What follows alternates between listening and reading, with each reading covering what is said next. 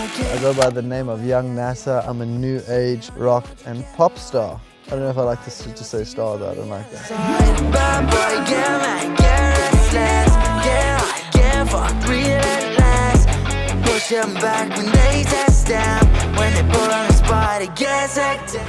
My love and passion for music actually originates from another passion of mine that I had growing up, which was racing motocross. There's just this huge rock scene behind the whole motorsport in terms of DVDs and just clips. And then as I grew up and I could no longer race motocross anymore, I was kind of a lost guy, just wandering around trying to find his purpose. Jamie joining Never Broke is a very different move from us. I think it was very unexpected. Really, when I heard the stuff that Jamie was working on, I wasn't really happy with the songs at the time, but I could hear in his tone that he could be something, and like I could feel his vision as to like what he was trying to do with the music. I just felt that he didn't really have good musical direction or the right team around him. So like after months of conversations about it and stuff like that, it finally did come about. I think it was like kind of a shock to everyone because Jamie's genre isn't really done much in this country and in this scene. I think it's very dope. I think it's dope what we're doing. Like we always have been doing. We've been creating new waves, just doing it up by ourselves, independent, just doing new stuff, man. Hold my heart on my sleeve, let go of my needs. I see how this can't be repeated. Time let go of my peace, I don't wanna speak. I'm broken, oh baby, I'm bleeding.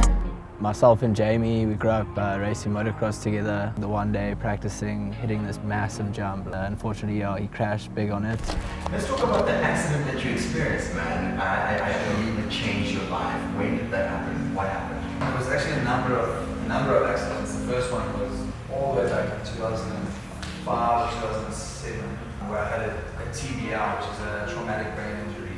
I knew later in life, around about my late teenage years, 18, 19, that I started developing problems from it, such as I had epileptic fits, and a lot of chemical misbalances in my brain. Since we found music, we've been able to sort everything out. I'm on a great track right now. So. Because of his past in life, I knew that he was a fighter and someone who goes to war, and that's what we're about. So I found a lot of comfort and a lot of peace in making music and just that creative process, and I think it's been quite vital to my mental health in terms of navigating life as a young adult in South Africa, just trying to figure out where I belong. Dreams, are you far? No, it's been a while, on your time.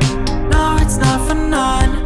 So when I first met NASA, it really felt as if he needed to fit in with the South African music scene. But as soon as he started making music that he actually wanted to make, I could just see that the happiness that just came with it. Like the music just started sounding way more authentic. He even got me making rock. One day it was just like, yo Baker, you have any rock beats? I was like, what?